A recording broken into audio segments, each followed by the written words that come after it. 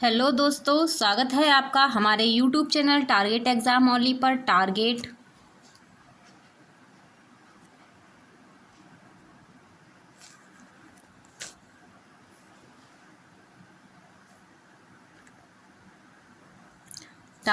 Exam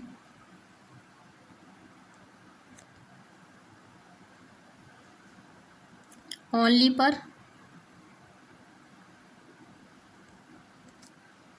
और जैसा कि आप सभी जानते हैं, हम आपके लिए यूपी डीएलएड थर्ड सेमेस्टर 2025 वालों के लिए जो निपुण बैच लेके आए हैं, ठीक है। और ये फ्री प्रोवाइड कराया जा रहा है। तो यहाँ पर हमारे इस बैच से जुड़ना ना भूलिए। अगर आप थर्ड सेमेस्टर में हैं तो जल्द से जल्द हमारे इस टारगेट एग्ज़ाम ओनली बैच में जो निपुण बैच चलाया जा रहा है, इससे जुड़ जाइए। और ये आपके लिए जो है एकदम से फ्री बैच है और यहाँ पर आपसे एक भी रुपए नहीं लिया जाएगा चीज़ का, ठीक है। और यहाँ पर आपके लिए जो है पीडीएफ भी हम प्रोवाइड करेंगे बिल्कुल फ्री। आपने देखा होगा बहुत से लोग क्या 100 में, 200 रुपये में, 300 रुपये में बैच बेच रहे हैं, लेकिन हमारे यहाँ पर ऐसा कुछ नहीं है। हम आपके लिए क्लासेस भी फ्री चला रहे हैं और आपके लिए पीडीएफ भी फ्री दे रहे हैं, ठीक है। तो यहाँ पर जो हमारा नया बैच आया हुआ है, ये थर्ड सेमेस्टर वाले बच्चों के जो है उनको ध्यान में रखते हुए लाया गया है ये बैच हमारा।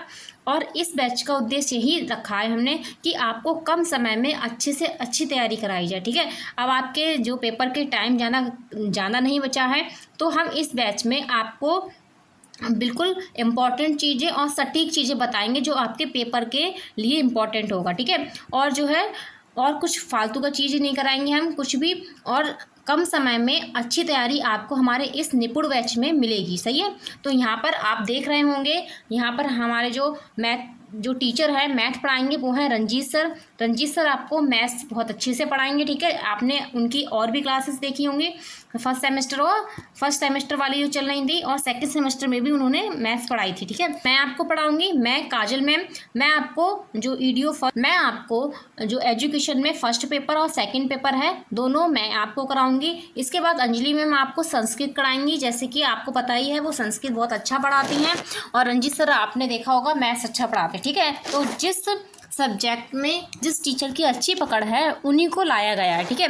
तो आपने देखी भी होंगी अंजलि मैम की क्लासेस, वो संस्कृत और कंप्यूटर कितने सही से पढ़ाएंगे, ठीक है। और बाकी क्लासेस भी आपको शेड्यूल पता चल जाएगा टाइम टेबल का, ठीक है। तो अभी हमारा ये शेड्यूल है, तो यहाँ पर आप हमारे साथ जुड़े रहिए। और हमारे टारगेट एग्ज़ाम ओनली पे जो है और भी अपने जो दोस्त हैं उनको शेयर कर दीजिए जिन्हें दिक्कत हो रही हो पढ़ाई में, कि मतलब समझ में नहीं आ रहा हो कहाँ से पढ़ें, तो यहाँ पर आप हमारे निपुण बैच से जुड़ सकते हैं। तो चलिए मैं आज आपके लिए सिलेबस लेके आई हूँ। तो पहले हम देख लेते हैं क्या है यूपी डीएलएड थर्ड सेमेस्टर। क्या है यूपी डीएलएड थर्ड सेमेस्टर वाले बच्चों के लिए है। और इस सब्जेक्ट का नाम क्या है, शैक्षिक मूल्यांकन क्रियात्मक शोध एवं नवाचार, ठीक है। तो ये इसके बारे में हम जानेंगे कि मूल्यांकन किस तरीके से होता है शिक्षा में, और कौन कौन से तरीके होते हैं मूल्यांकन के, और क्या क्या हमारी शिक्षा में नवाचार लाया गया है, ठीक है। तो ये आपका प्रश्न पत्र कौन सा है, प्रथम प्रश्न पत्र है। कौन सा है, प्रथम प्रश्न पत्र है, ठीक है। तो आपके लिए इसमें अंक पता ही होंगे कितने अंक हैं, क्योंकि आप फर्स्ट सेमेस्टर और सेकंड सेमेस्टर देते हुए आए हैं। तो एजुकेशन का पेपर के लिए अंक कितने होते हैं, इसके लिए अंक 50 होते हैं। कितने होते हैं, 50 होते हैं। जो पेपर्स का क्राइटेरिया है वही है, ठीक है। आपके 3 पेपर 50-50 नंबर के होंगे, तो कितने नंबर का है, 50 नंबर का है, ठीक है। तो आपको पेपर का क्राइटेरिया पता ही होगा कि किस सब्जेक्ट के लिए कितने नंबर निर्धारित किए गए हैं, क्योंकि आप फर्स्ट सेमेस्टर और सेकंड सेमेस्टर दे चुके हैं, अब आप थर्ड सेमेस्टर में चलना है, ठीक है।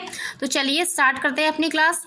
तो हम आपको पाठ्यक्रम पूरा बताएंगे। तो क्या है हमारा आज पाठ्यक्रम वाली क्लास है, शैक्षिक मूल्यांकन क्रियात्मक शोध एवं नवाचार, ठीक है। इसको आप रट लीजिए, क्योंकि आपको हर सब्जेक्ट का मतलब नाम पूरा पता होना चाहिए। पता चले आपको पेपर में लिखा हुआ है शैक्षिक मूल्यांकन क्रियात्मक शोध एवं नवाचार, आप कहेंगे अरे ये पेपर कौन सा आ गया, ये तो हमारे सब्जेक्ट में ही नहीं था, ठीक है।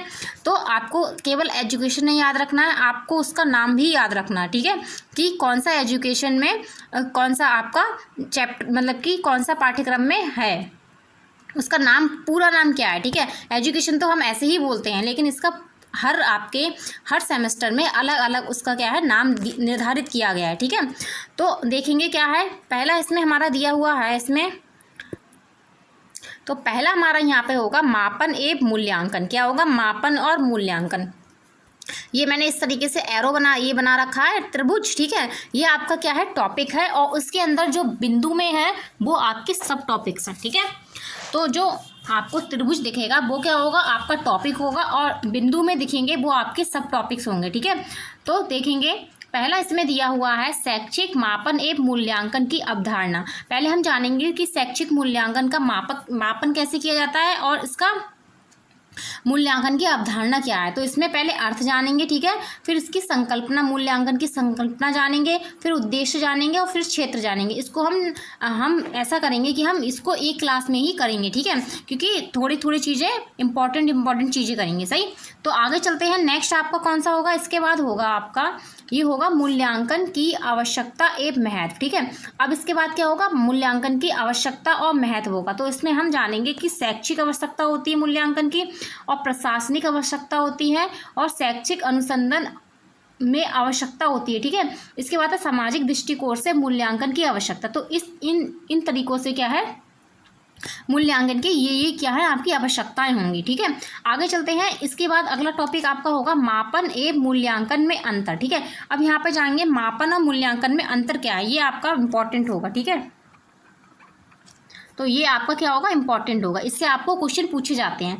तो परीक्षण एवं मापन में अंतर, ठीक है। परीक्षण वही मूल्यांकन हो गया, परीक्षण का मतलब ये क्या होता है, मूल्यांकन होता है। तो आगे चलते हैं, तो उम्मीद है आपको समझ में आ रहा होगा अच्छे से, और मैं आपको अच्छे से समझा भी पा रही होंगी। क्लास अच्छी लगे तो कमेंट बॉक्स में कमेंट भी करना, और क्या है आपको हमारा ये निपुण बैच कैसा लग रहा है आप मुझे ज़रूर बताइएगा, ठीक है। कि आप भी चाहते हैं कि आप कम समय में अच्छे से अच्छी तैयारी करना चाहें और अच्छे से अच्छा कंटेंट चाहें, ठीक है।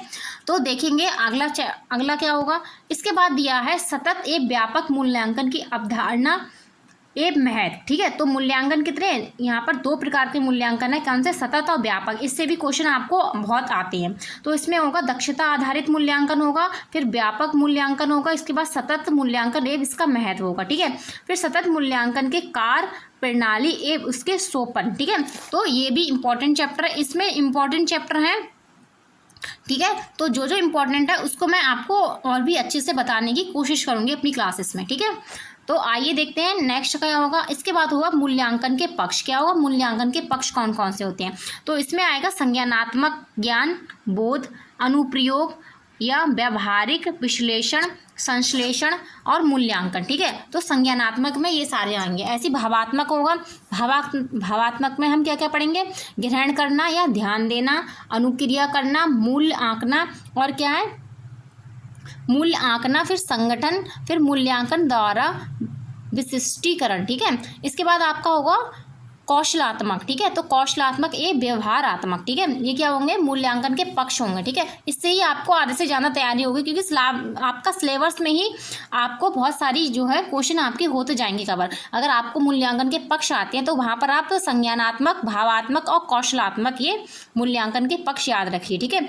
तो अगर इसके बारे में डिटेल में पूछा जाता है वो हम जो है वो तो हम पढ़ेंगे ही क्लासेस में। तो इसमें सामाजिक कौशल, यांत्रिक कौशल और गणितीय कौशल, भाषाई कौशल होगा, ठीक है। इसके बाद उत्तेजना, क्रियान्वयन, ठीक है, नियंत्रण, समायोजन और स्वाभाविकरण, ठीक है। ये सारी चीज़ें हम मूल्यांकन के पक्ष में पढ़ेंगे। तो आगे चलते हैं, नेक्स्ट देखेंगे। इसके बाद अगला इसमें दिया है मूल्यांकन के प्रकार। क्या है, मूल्यांकन के प्रकार। तो इससे आपकी ये भी तैयारी होती जाएगी कि मूल्यांकन के प्रकार कौन कौन से हैं, ठीक है।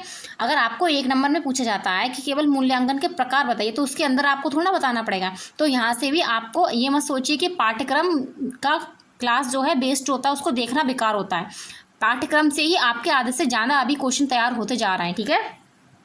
तो मूल्यांकन के प्रकार क्या, मौखिक परीक्षा और लिखित परीक्षा। क्या होती है, मौखिक और लिखित परीक्षा होती है, और साक्षात्कार, निरीक्षण, अवलोकन, प्रयोगिक, ठीक है। इसके बाद रचनात्मक मूल्यांकन होगा, फिर और आकलित मूल्यांकन होगा, ठीक है। ये कितने होंगे, ये मूल्यांकन के प्रकार में आएंगे।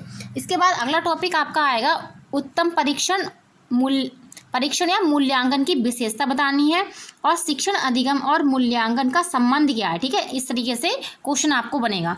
आगे चलते हैं, अगला आपका टॉपिक जो होगा वो होगा प्रश्न पत्र निर्माण प्रक्रिया। ठीक है, प्रश्न पत्र निर्माण प्रक्रिया क्या होती है। तो योजना निर्माण, पहले क्या करते हैं, योजना बनाते हैं, तो उसके बारे में जानेंगे। तो इसमें ब्लूप्रिंट, ये इंपॉर्टेंट है, आपका आया हुआ है क्वेश्चन इससे। फिर संपादन तथा अंक निर्धारण। इसके बाद है प्रश्न के प्रकार। तो प्रश्न के प्रकार तो आपको पता ही होगा, ये तो आपको एकदम से याद हो जाएगा। अगर आपको आता है कि क्वेश्चन में कि प्रश्न के प्रकार बताइए, तो वस्तुनिष्ठ प्रश्न, अति लघु उत्तरीय प्रश्न, लघु उत्तरीय प्रश्न और दीर्घ उत्तरीय प्रश्न। ठीक है, इसके बाद होगा शैक्षिक उद्देश्यों के अनुसार प्रश्नों के प्रकार, प्रश्नों के पक्ष। ठीक है, तो प्रश्नों के पक्ष क्या होंगे, उसमें बोध प्रश्न होंगे। प्रश्नों के पक्ष में क्या आएगा, ज्ञान आएगा, बोध आएगा, अनुप्रयोग होगा और कौशल होगा। ठीक है, अगला आपका टॉपिक होगा वो होगा मूल्यांकन अभिलेखीकरण। ठीक है, इसमें संज्ञानात्मक तथा संज्ञान सहगामी पक्ष। ठीक है, सतत, मासिक, अर्धवार्षिक एवं वार्षिक मूल्यांकन पुनर्वलन। ठीक है, तो ये क्या है, आपके जो पेपर्स होते हैं मासिक, अर्धवार्षिक और वार्षिक, इसी के बारे में यहाँ पर दिया जाएगा। ठीक है, आगे देखते हैं, अगला देखेंगे क्या होगा। इसके बाद होगा मूल्यांकन, ये तो हमने पढ़ी लिया अभी। ठीक है, इसके बाद है निदानात्मक परीक्षण एवं उपचारात्मक परीक्षण। ठीक है, निदानात्मक परीक्षण और उपचारात्मक परीक्षण तो आपको पता ही होगा, क्योंकि हमने फर्स्ट सेमेस्टर में भी निदानात्मक और उपचारात्मक परीक्षण के बारे में मतलब कि पढ़ा है। तो इतना तो पता ही होगा निदानात्मक परीक्षण क्या होता है और उपचारात्मक परीक्षण क्या होता है। वैसे तो मैं आपको क्लासेस में बताऊंगी ही कि ये होता क्या है, इसके बारे में पूरी जानकारी हम लेंगे। ठीक है, निदानात्मक का मतलब कि यही होता है कि मतलब पहले हम निदान करते हैं किसी समस्या का, उसके बाद उसका उपचार करते हैं। ठीक है, इसके बाद अगला आपका टॉपिक होगा क्रियात्मक शोध। क्या होगा, क्रियात्मक शोध। तो क्रियात्मक शोध में हम क्या क्या पढ़ेंगे, शोध के अर्थ पढ़ेंगे, शोध का अर्थ, उसके प्रकार, उद्देश्य, आवश्यकता और महत्व जानेंगे। ठीक है, इसके बाद शोध का क्षेत्र देखेंगे कि कहाँ तक फैला हुआ है। इसके बाद जानेंगे क्रियात्मक शोध के चरण और प्रारूप निर्माण। ठीक है, कैसे इसका प्रारूप निर्माण होता है। ठीक, इसके बाद है क्रियात्मक शोध के उपकरण का निर्माण, कि इसके उपकरण का निर्माण किस तरीके से होता है। फिर जानेंगे इसी टॉपिक में जानेंगे हम क्रियात्मक शोध का संपादन या अभिलेखीकरण। ठीक है, इसका संपादन और अभिलेखीकरण कैसे होता है। तो यहाँ पर ये आपके क्या हैं, जो आप याद रखिए, यहाँ पर जो कलरफुल हैं वो आपके टॉपिक्स हैं, और जो ब्लैक से पॉइंट बिंदु में है वो आपके उस टॉपिक्स के अंदर सब टॉपिक्स हैं। ठीक है, तो आगे चलते हैं, नेक्स्ट देखेंगे। इसके बाद आपका दिया है शैक्षिक नवाचार। ठीक है, क्या है, शैक्षिक नवाचार। तो शैक्षिक नवाचार में नवाचार का अर्थ जानेंगे, आवश्यकता और महत्व जानेंगे। ठीक है, इसके बाद जानेंगे शैक्षिक नवाचार का क्षेत्र की कहाँ तक ये फैला हुआ है। तो इसमें ये सारी होगी, ये सब कुछ होगा। शिक्षण अधिगम के सुधार हेतु स्थानीय समुदाय परिवेश के संसाधनों की पहचान करना, उनका उपयोग करना, मूल्यांकन करना। ठीक है, प्रार्थना स्थल की गतिविधियाँ, ये सारी जो आपकी जो क्लासेस, जो आपके स्कूल में जो एक्टिविटीज़ हो रही हैं, जो भी प्रबंधन जो चल रहे हैं, जो समितियाँ या सहभागी जो भी क्या है शिक्षण, जो नए नए नवाचार लाए गए हैं, लैब वगैरह खोली गई हैं, उनके बारे में हम इसमें शैक्षिक नवाचार में पढ़ेंगे। ठीक है, और ये आपके लिए इम्पोर्टेंट नहीं है, ये आपके लिए केवल प्रैक्टिकल के लिए होता है। ठीक है, तो इससे आप ना घबराएं, ये आपके लिए पेपर में नहीं आएगा। सही, नीचे वाला पोर्शन। ठीक, तो आप अच्छे से समझ गए होंगे इसके बारे में कि आपका पाठ्यक्रम क्या है। तो आपको पता चल रहा होगा कि आपके पाठ्यक्रम से ही कितने क्वेश्चन आपको अभी तैयार हो गए होंगे। सही है, तो यहाँ पर जो है हमने पाठ्यक्रम देख लिया। कल से हम अपनी क्लासेस स्टार्ट करेंगे। ठीक, तो यहाँ पर हमारे साथ डेली बेसिस पे जुड़ना ना भूलें, सारी क्लासेस में आप जो है रहें, क्योंकि अब आपके पेपर के लिए टाइम ज़्यादा नहीं बचा है। तो अब लग जाइए, अगर अभी से लापरवाही करेंगे तो आप जो है इसको थर्ड सेमेस्टर को पास नहीं कर पाएंगे। एक तो फर्स्ट सेमेस्टर में ज़्यादा बैक लगती है और एक थर्ड सेमेस्टर में बैक ज़्यादा लगती है।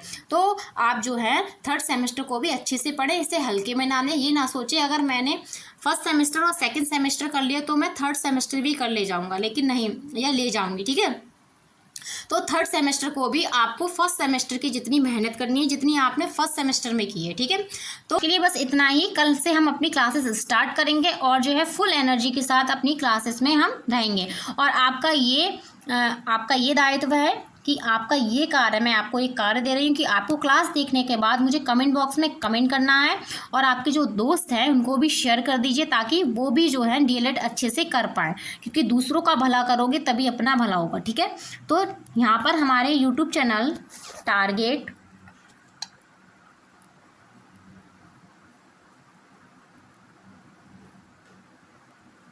टारगेट एग्ज़ाम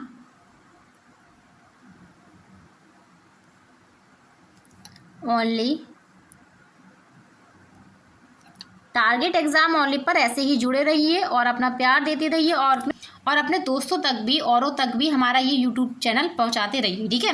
क्योंकि यहाँ पर हम लोग आपको सब फ्री कंटेंट दे रहे हैं, सब क्लासेस फ्री दे रहे हैं। बस आपको इतनी मेहनत करनी है कि आपको इनको देखना है और हमारे साथ साथ नोट्स बनाना, ठीक है। आप PDF से पढ़ने से अच्छा आप नोट्स बना के पढ़िए। इससे आपको जब लिखेंगे ना तो आधी चीज़ें वैसे ही याद हो जाएंगी, ठीक है।